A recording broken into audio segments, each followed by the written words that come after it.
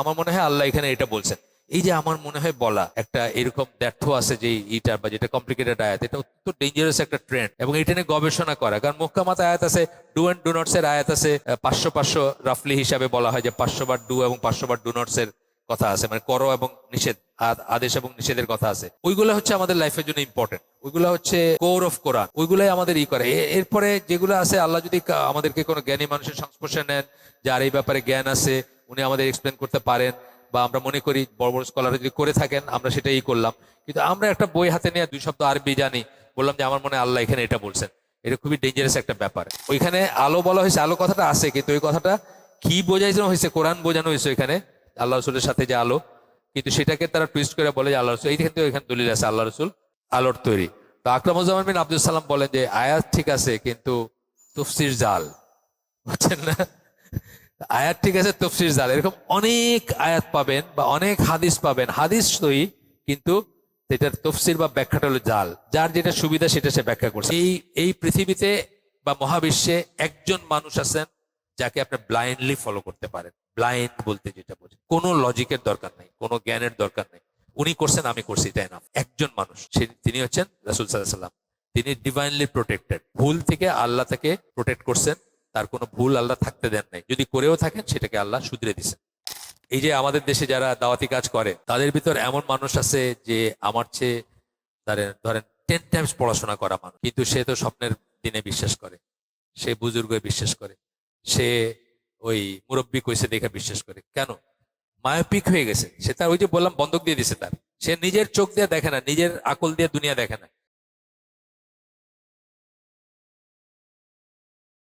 আমরা বেদাত কেন হয়, কেন বেদাতের হয় সেরকম পয়েন্ট, মানে আগে যেগুলো পড়ছি ওগুলো আজকে ডিটেলস পড়বো না, শুধু পয়েন্টটা পড়বো।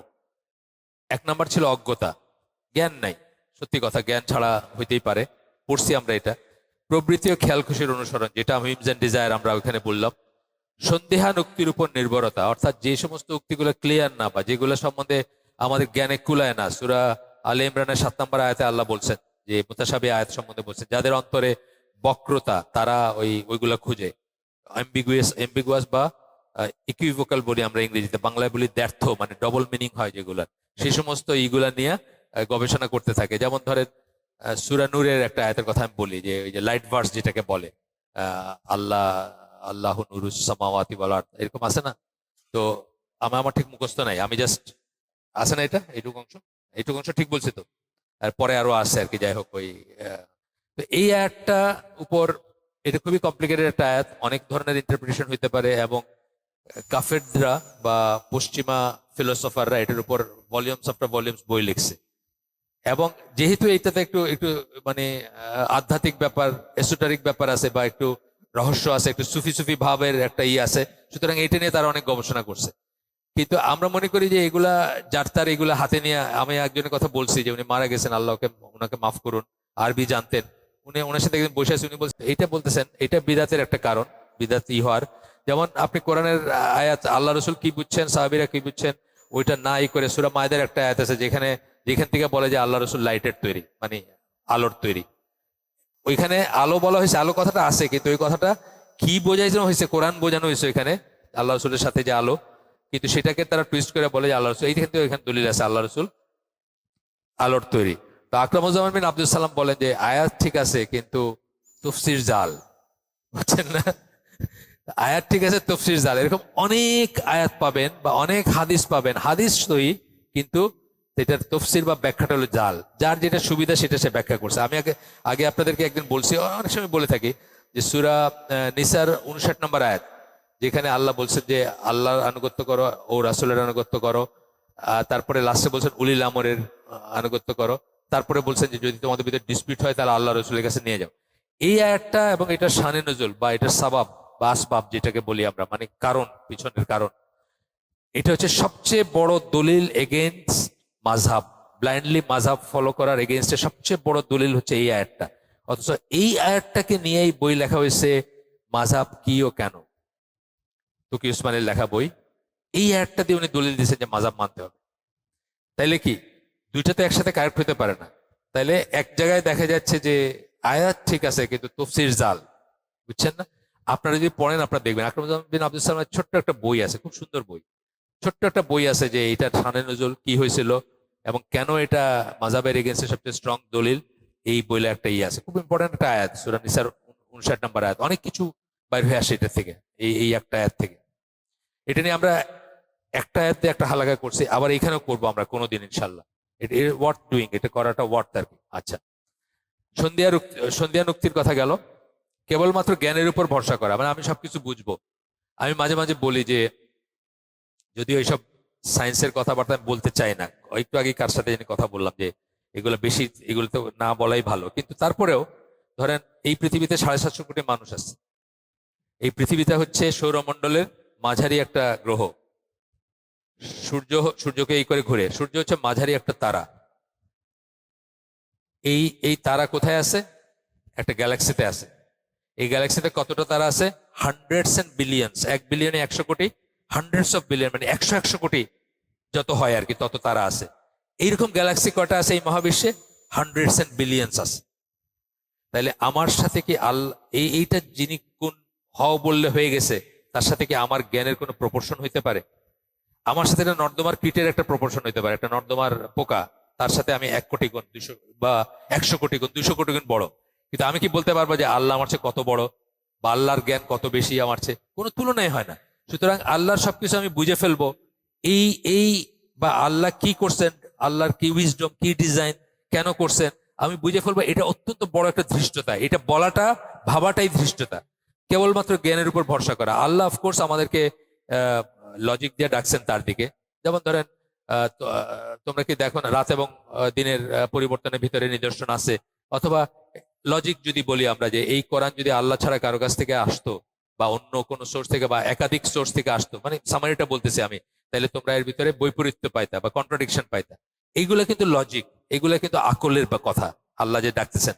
কিন্তু শুধু আকল দিয়ে আপনি আল্লাহর সমস্ত উইজডম বুঝে ফেলবেন, কোরআন বুঝে ফেলবেন, একটা বই হাতে নেবো আল্লাহ, আমার মনে হয় আল্লাহ এখানে এরকম বলছেন না, এই দৃষ্টিটা আমাদের থাকা উচিত না। তাহলে প্রথমেই আমাদের করা উচিত এখানে এখানে এইতে বাইচে থাকার উপায় কি? আমরা বলছি আগে যে যখন আকল এবং নকল একটা এগেনস্টে যাবে, আকল আপনার বুদ্ধি বলতেছে এরকম আর নকল মানে টেক্সট বা নস বলতেছে এরকম, তখন আপনি কি ওইটা থাকবে এটা থাকবে না, মানে আপনার আকলকে আপনি সারেন্ডার করবেন টেক্সটের কাছে। এই অ্যাজাম্পশনে যে আল্লাহর জ্ঞান আমরা কম্প্রিহেন্ড করতে পারবো না, আমাদের জ্ঞানের সাথে আল্লাহর জ্ঞানের কোনো তুলনা নাই, আমাদের উইজডমের সাথে কোনো তুলনা নাই। আমরা যা দেখি, আমরা এই একটা বই, এই বইটা যখন আপনাদেরকে দেখাইছি, এটা উল্টা পৃষ্ঠাটা কি আছে আপনি জানেন না। আমাদের এতই লিমিটেড জ্ঞান, মানে একটা বইয়ের উল্টা সাইডে কি আছে এটা আমরা জানি না। সেইখানে আমাদের জ্ঞানের সাথে আল্লাহ বলেন না আল্লাহর জ্ঞান সবকিছুকে পরিবেষ্টন করে, কথাটা আছে না, কোরআনে আছে। সেখানে আল্লাহর জ্ঞানের সাথে আমাদের মানে কোনো তুলনা হয় না। সুতরাং সবকিছু বুঝে ফেলবো তা না, যতটুকু আল্লাহ বুঝাইছেন ততটুকু বুঝবো, যতটুকু আল্লাহ রসুল বলছেন ততটুকু আমরা করব। এবং আরো গবেষণাও আমরা করতে পারি বা আমরা করতে পারি, আপনার জানার চেষ্টা করতে পারি। কিন্তু আমার হিসাবে কুলাইলো না, আমার মাথায় কুলাইলো না, আমার বুঝে কুলাইলো না, সেই জন্য আমি জিনিসকে অস্বীকার করব। এইরকম ধৃষ্টতা যেন আমাদের না হয়, যেটা কোরআনীয়দের আছে এখন বা কোরআন অনুযায়ীরা যেটা করে। বাংলাদেশের কোরআন অনুযায়ী গ্রুপরা কি বলে যে আপনার লজিকের লজিকের দিয়া মানে কি বলে যুক্তি দিয়া যদি পাস হয় তাহলে এটা এই হাদিস গ্রহণ করা যাবে, আর যুক্তি দিয়ে পাস না হলে গ্রহণ করা যাবে না। আমি খুব সিম্পল একটা বুঝাইছি, মাথা মুছে করলে কি পবিত্রতা হয় আমার একটু বুঝাই দিয়ে। মাথা মুছে করি না আমরা অজুর সময়, মাস্ট, কিন্তু এছাড়া অজু হবে না। কি পবিত্রতা হাসিল হয় আমার বললেন তো কেমনে হয়? আবার বলছি যে গ্যাস বাইর হইলে আমরা তো ওই জায়গা ধুই না, কেমনে তাহলে অজু করলে পবিত্রতা হাসিল হয়? তাহলে ওই ওই ওই রকম পরিস্থিতি যখন আসবে তখন আমার আকলকে আমি সারেন্ডার করব টেক্সটের কাছে। অফকোর্স টেক্সট মানে ভেরিফাইড টেক্সট, কোরআন তো আছেই, আর হাদিস বললেও সেটা ভেরিফাইড হাদিস হইতে হবে। আজকে আমাদের জুমার সময় আমাদের হুজুর একটা বললেন, আমি কোনোদিন শুনি নাই এবং আমার মনে হলো না এটা হাদিস আর কি, মানে একটা কিছু বলে ফেললেন আর কি যে হাদিসে আসছে বইলা নেক্সট। 4 আঙ্গুল বলি না, আমার মসজিদে বলে যে 4 আঙ্গুল দূরে নাকি পা থাকতে হবে, নিজের পা দুইটা, এক পা থেকে আরেক পা 4 আঙ্গুল দূরে থাকা হলো মানে সুন্নত। যদি সেটাই হয় তো কোনোদিন আপনার পায়ের সাথে পা মিলবে? আপনি দেখেন তো, খাড়ায় পাশাপাশি দুজন দাঁড়িয়েছেন, দুজনের পাই 4 আঙ্গুল দূরে দূরে, কোনোদিন পায়ের সাথে পা মিলবে না।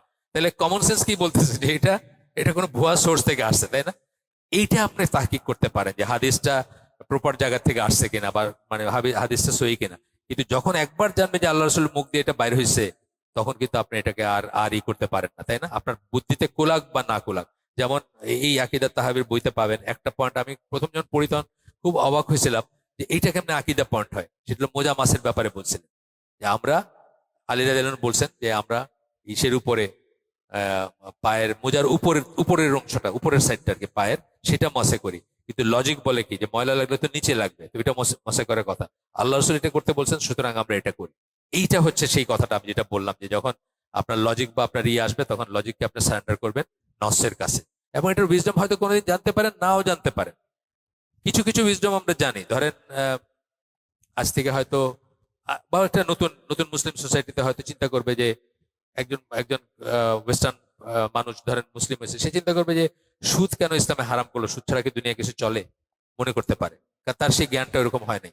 তারা এটা মনে হইতে পারে যে আপনার ইসলাম কেন এই অবিচার করে, ভাইকে 2 টাকা দেয় মরলে, বাপ মরলে বোনকে 1 টাকা দেয়, মনে হইতে পারে।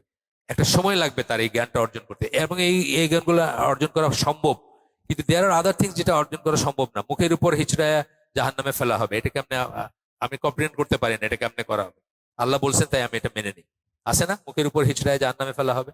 আচ্ছা, বা যারা মুখের উপর করে চলে, মানে মুখ ফেস, এটা চলাটাও আমরা কল্পনা করতে পারি না, মাথাটা নিচে দিয়ে পাটা উপর দিয়ে হইতে হবে, তাই না? আর যারা সোজা হয়ে চলে, সূরা মুলকের একটা আয়াত আছে, তাদের ভিতর কে রাইটলি গাইডেড, মানে কে হেদায়েতের উপর আছে, আল্লাহ প্রশ্ন করতেছে তারা কি সমান নাকি, বা তার উপর মানে সামারিটা এটা। কিন্তু ওটা তো আমরা চিন্তা করতে পারি না, কিন্তু আল্লাহ বলছেন, আমরা ওটা বললাম যে হ্যাঁ নিশ্চয়ই কোনো একটা রাস্তা আছে ওইভাবে এই করার।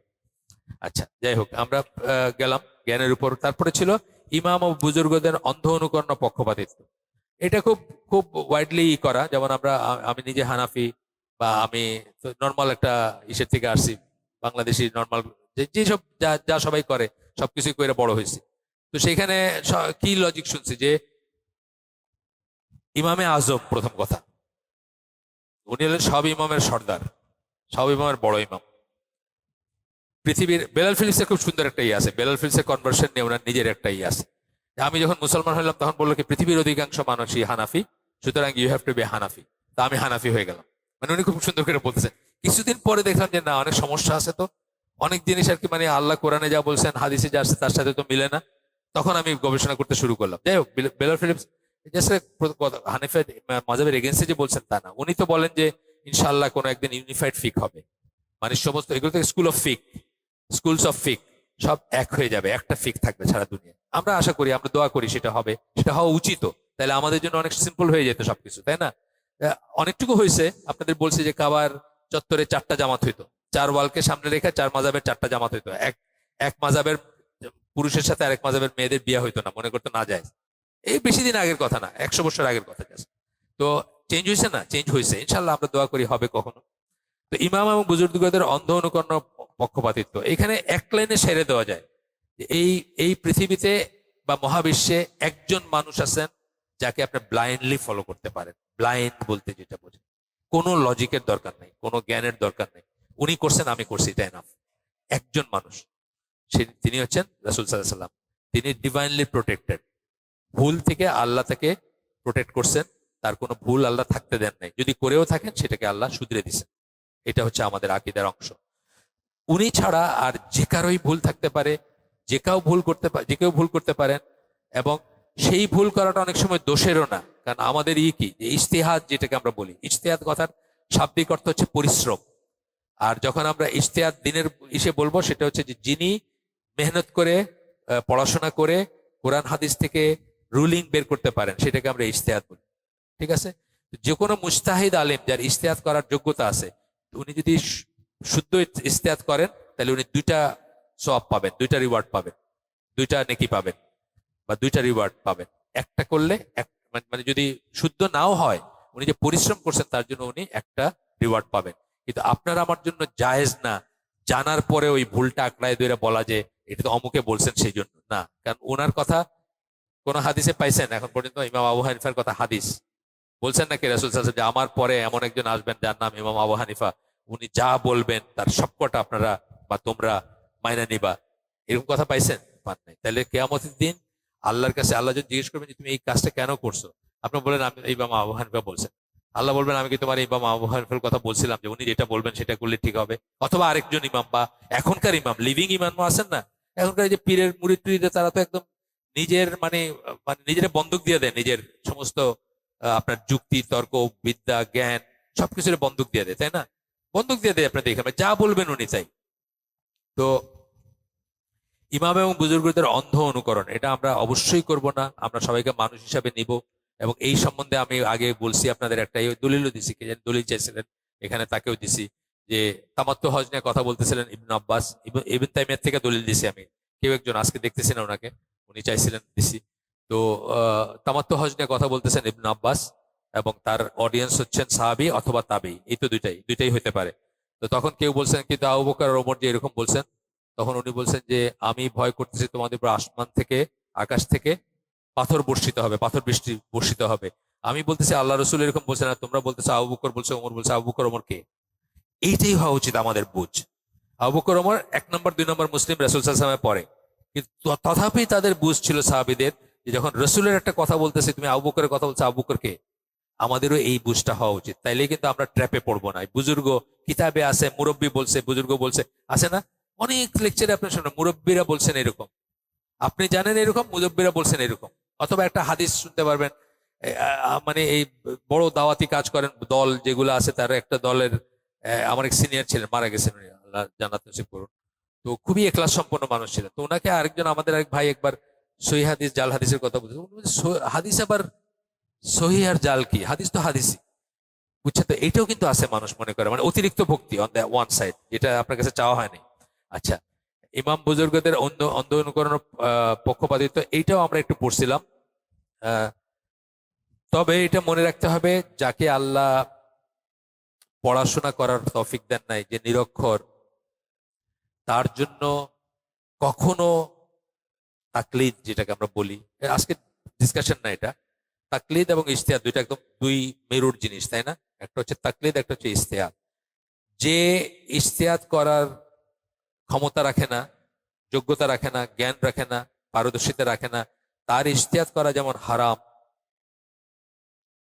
যে নিজে নিজে বাইর করতে পারে না কিছু, সে অন্যকে, অন্যর কাছে গিয়ে অন্যের তাকলিদ করতে পারে, ততক্ষণ পর্যন্ত যতক্ষণ সে করতে পারে না। মানে তাকলিদটা অপছন্দনীয় জিনিস, কিন্তু যার উপায় নাই, যে তার যার কোনো জ্ঞান নাই, যার কোনো পড়াশোনা নেই, যার কাছে কোনো সোর্স নাই, যে বাংলাই পড়তে পারে না, আরবি বাদ দিয়ে দেন, সে কি করবে? সে গিয়ে তার ওইখানকার লোকালিটির, যাকে যে মনে করে যে বেস্ট নলেজেবল মানুষ বা ইমাম, তাকে গিয়ে বলবে এই ব্যাপারে আল্লাহ কি বলছেন, আল্লাহ রসুল কি বলছেন। উনি বলবেন, সেটাকে সে যত পেন্ডিং হিজ আর কি, মানে তার একটা চেষ্টা বা সে একটা কিছু দলিল পাওয়ার আগ পর্যন্ত সে সেটা করবে। এবং তার যদি কোনো উপায় থাকে সেই দলিল পাওয়ার, তাহলে সে সেটা দেখে সেখান থেকে করবে। কিন্তু কথা হচ্ছে যে একেই সবসময় সব অবস্থায় করবে, এইভাবে করবে না, আর আরো বেটার সোর্স খুঁজবে, তাই না? যেন গ্রামের মসজিদের ইমামরা করছে, তারপরে হঠাৎ শুনলো যে ধরেন ওই ওই থানা পর্যায়ের ইসে ডক্টর আবু বকর জাকারি যাইতেছে, ওখানে গিয়ে যাবে, হুজুর আমি তো পড়তে জানি না, এই ব্যাপারটা নিয়ে আল্লাহ রসুল কি বলছেন, এক স্টেপ আগাইলো না সে, এরকম করে চেষ্টা করবে। বুঝছেন তো ব্যাপারটা? কিন্তু এটা নিজেকে বন্দুক দিয়ে দিবে না যে উনি যেটা বললেন সেটাই। তো গেল এটা। এরপরে এরপরের পয়েন্টটা হচ্ছে বিদাতীদের সংসর্গ, এটা আমরা পড়ছিলাম কিনা শিওর না। সঙ্গদোষের শিলাভাষা একটা কথা আছে না, বসতে বসতে আপনাদের ওই জিনিসগুলো সুন্দর লাগবে। আমার তো মনে আছে, আপনাদের বলে গেছি বোধহয় গতদিন, ইয়ানবী সালাম আলাইকার ওই গন্ধটাই আমার কাছে কত ভাল লাগতো। ছোটবেলায় বসতাম, আগরবাতি জ্বালাইছে আর গোলাপ পাশ বলে, দেখছেন আপনারা, এরম এরম করে ছিটায়, ওইটাতে একটা গোলাপ জল ছিটাই দিল, তারপরে তো বাতাসা ইজ কামিং, বা মানে তো আসতেছে।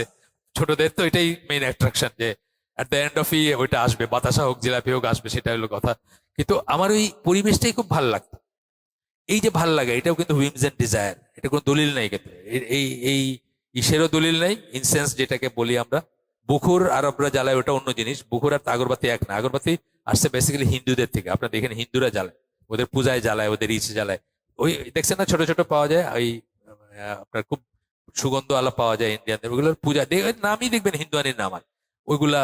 তারপরে এই যে ব্যাপার স্যাপার গুলা, এগুলো তো বেদাত, বেদাতির সংসর্গ। এই যে বললাম, যাইতে যাইতে ওটা ভাল লাগেও যেতে পারে আপনার। আমি বাইর হয়ে আসতে পারছি, আপনি হয়তো পারছেন, আর 10 জন তো পারে নাই বাইরে আসতে, তাই না? এই যে আমাদের দেশে যারা দাওয়াতি কাজ করে, তাদের ভিতর এমন মানুষ আছে যে আমার চেয়ে ধরেন ধরেন 10 টাইমস পড়াশোনা করা মানুষ, কিন্তু সে তো স্বপ্নের দিনে বিশ্বাস করে, সে বুজুর্গে বিশ্বাস করে, সে ওই মুরব্বী কইছে দেখে বিশ্বাস করে। কেন? মায়োপিক হয়ে গেছে সে। তার ওই যে বললাম বন্ধক দিয়ে দিছে তার, সে নিজের চোখ দিয়ে দেখে না, নিজের আকল দিয়ে দুনিয়া দেখে না, সে বুজুর্গ মুরব্বীদের চোখ দিয়ে দুনিয়া দেখে, তাদের আকল দিয়ে দুনিয়া বুঝে। তো এইটা করবেন না, বিদাতির সংসর্গটা অ্যাভয়েড করবেন। সংসর্গতে মানে বিশেষ করে যাদের জ্ঞান কম, বিশেষ করে আমরা যারা শিখতেছি, যাদেরকে আমি আপনাকে বলে গেছিলাম বোধহয় যে আব্দুল্লাহ আজিজ বিন বাজকে জিজ্ঞেস করছিল যে তবলিগ জামাত যারা করে তারা তো আমাদের ভাই, আমরা কি তাদেরকে ফিরে আনার চেষ্টা করব না, তাদের সাথে উঠা বসা করবো না, তাদের সাথে বসবো না?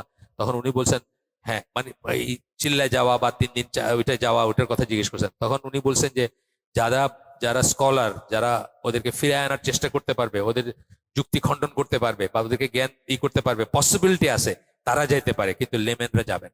কারণ লেমেনরা গেলে কি হবে, তারা উল্টা করাপ্টেড হয়ে যাবে, অন্য একটা জিনিসের জন্য আপনি দিওয়ানা হয়ে যাবেন। আমরা কিন্তু আমাদের কিন্তু আল্লাহ এইভাবেই বানাইছেন, আপনাকে একজন মানুষ প্রেজ করছে, শুধু আপনার এটা 50 বছর লাগে বলতে, খালি প্রেজ করছে, সত্যিকার প্রেজ কিনা তাও জানেন না। আপনার বলছে বাহ আপনার তো খুব হ্যান্ডসাম লাগতেছে আজকে। কোনো মানুষ আছে দুনিয়ায় হ্যান্ডসাম লাগতেছে বললে খুশি হবে না? এই পাঞ্জাবিতে আপনাকে যা মানাইছে 50 বছর লাগবে ওটা বলতে আপনাকে।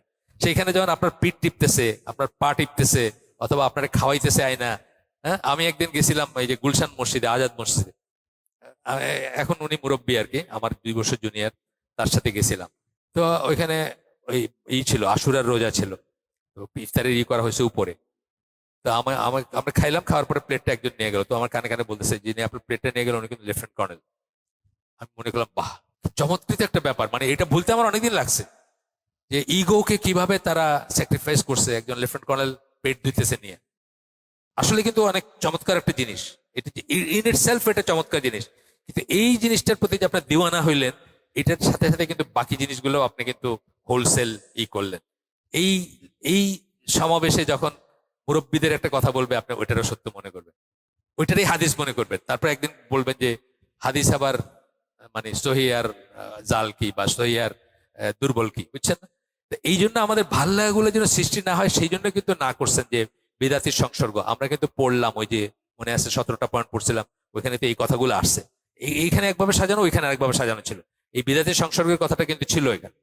এরপরে হলো ওলামাদের নীরবতা ও স্বার্থান্বেষতা, এটা অত্যন্ত বড় একটা জিনিস। এখানে অনেকে, কেউ তার রুটি রুজি বন্ধ হয়ে যাবে দেখা বলেন না। ইসলাম জীবী যারা, ইসলাম যাদের জীবিকা, আপনি কি করেন? আমি মোল্লা, বা আমি মোল্লা কি, আমার সিলেটের কথা বলতেছি আমি। আমার এক মামা ছিলেন, উনি হিফস করতেছিলেন, এবং তো উনি বড় আমাদের চেয়ে, আমরা যখন ছোট, অনেকে জিজ্ঞেস করলো তুমি কি তা করো? মোল্লা কি ফরিয়ার, মানে মোল্লা হওয়ার জন্য যা পড়তে হয় সেটা পড়তেছি। That was his answer. তো এরা কি আসলে, এরা ইসলাম জীবী, এরা জীবিকা হচ্ছে ইসলাম। এরা আর কিছু শিখে না, আর কোনো কাজ শিখে না। নাসিরুদ্দিন আলবানির মতো এরা ঘড়ির মেকার না, ঘড়ির মেকার থেকে মুহাদ্দিস তান আগে। এরা হচ্ছে, আমার প্রফেশনই হচ্ছে ইসলাম। তো এইরকম ব্যাপার যখন আসে, তখন অনেক সময় তারা একটা সত্যি কথা বলেন না।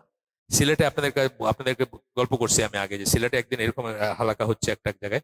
তো একজন আছে, উনি ওই কওমি মাদ্রাসার আলেম ছিলেন বোধহয়, কি জানি একটা উচ্চারণ করছে, মানে পেট্রো ডলারের কথা এগুলা।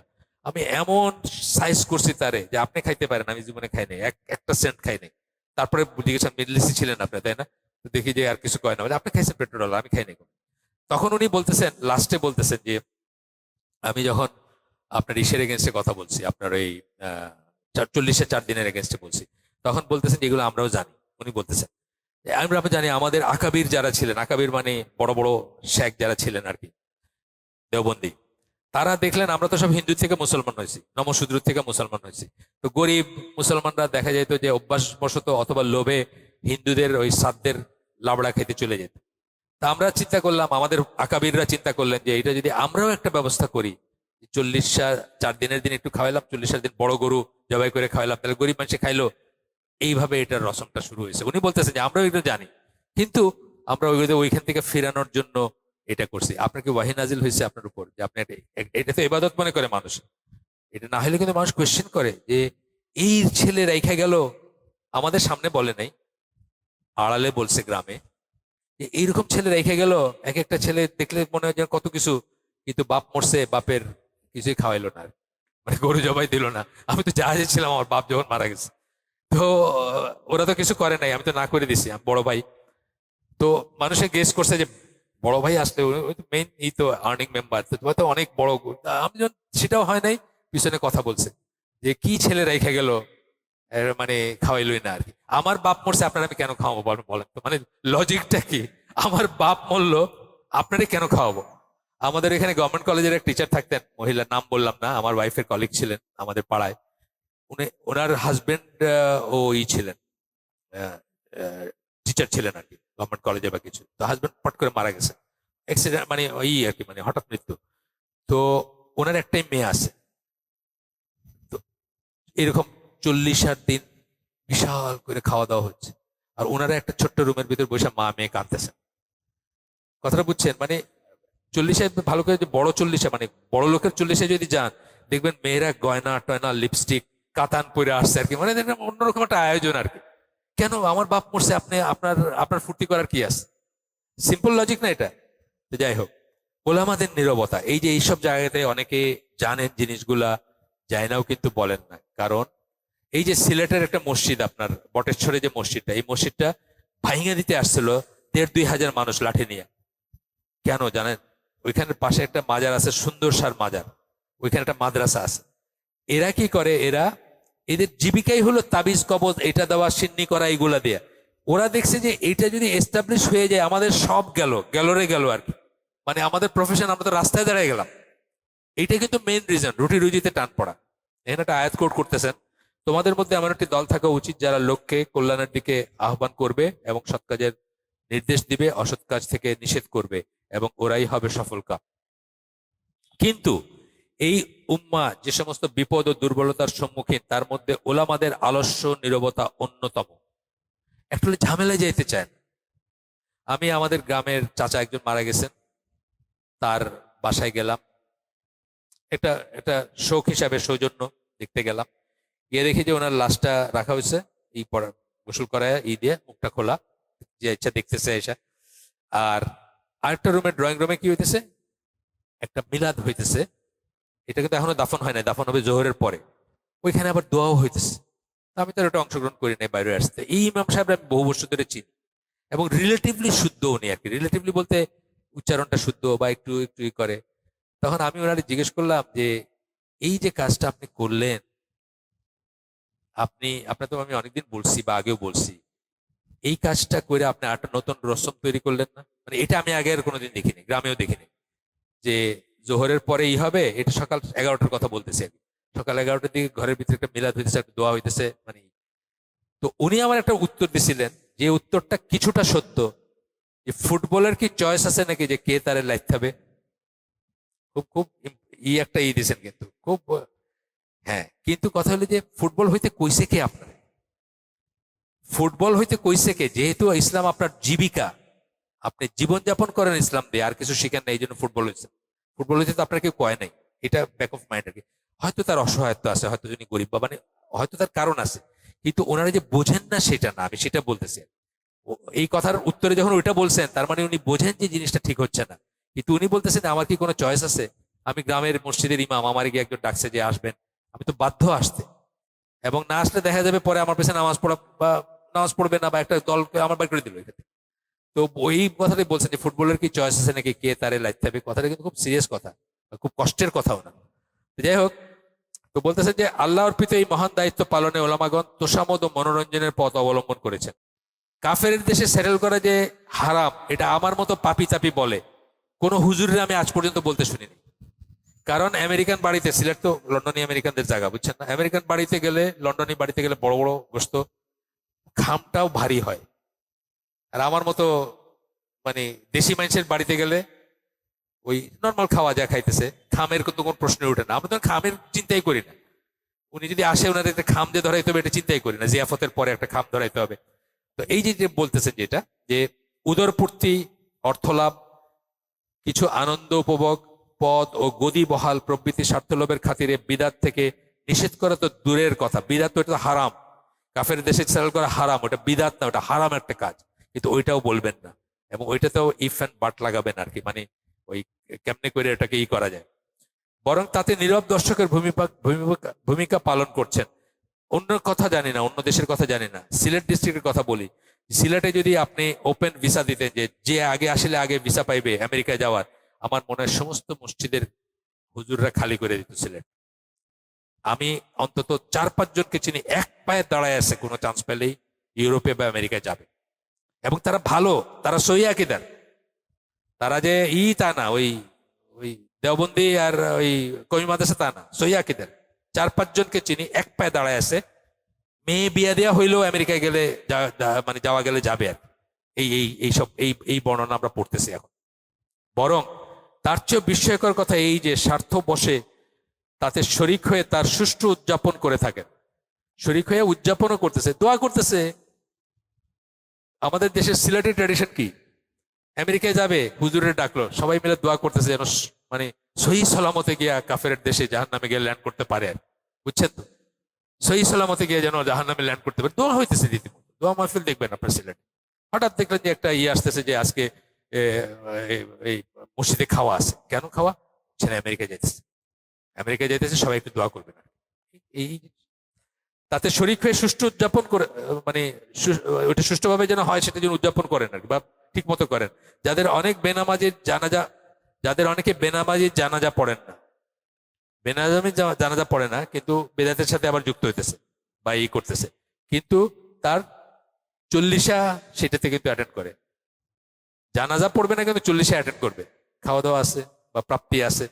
নজবিল্লা, আমি কিন্তু আমার আলেম সমাজের এগেনস্টে কিছু না, এরা তো আলেম না, এরা তো ইসলাম জীবী বললাম, এটা আমার টার্ম না, এটা হচ্ছে ওই আবু জাফর আছেন না একজন, বই লেখেন ওই যে ফরিদা পারভিনের হাজবেন্ড, উনি তো আলহামদুলিল্লাহ চেঞ্জ হয়ে গিয়ে বিশাল কাজ করছেন, ইসলামের উপর অনেক কাজ আছে তার, অনেক লেখালেখি আছে। এই লেটেস্ট যে বইটা বাইরেছে আপনারা পড়তে পারেন, সিরার একটা বই বাইর করছেন, আদিল সালাহির একটা সিরা বই, মোহাম্মদ ম্যান অ্যান্ড প্রফেট, এই বইটা ট্রান্সলেট করছেন। এটা খুবই সুন্দর বইটা, ইংলিশটা, বাংলাটা একটা বড়, মানে রকমারি বোধহয় 600+ নেয়, আর আসান পাবলিকেশন 500+ নেয় আর কি। আপনার চাইলে আসান পাবলিকেশন থেকে কিনতে পারেন। এই বইটা কালেক্টেবল বই, কিন্তু ওই আবু জাফর করছেন, ওনার ভাষা খুব সুন্দর, বাংলার টিচার ছিলেন, অত্যন্ত সুন্দর ভাষা। তো এটা ওনার টার্ম, ইসলামজীবী, ওনার বইতে প্রথম আমি দেখি এই টার্মটা ইউজ করছেন।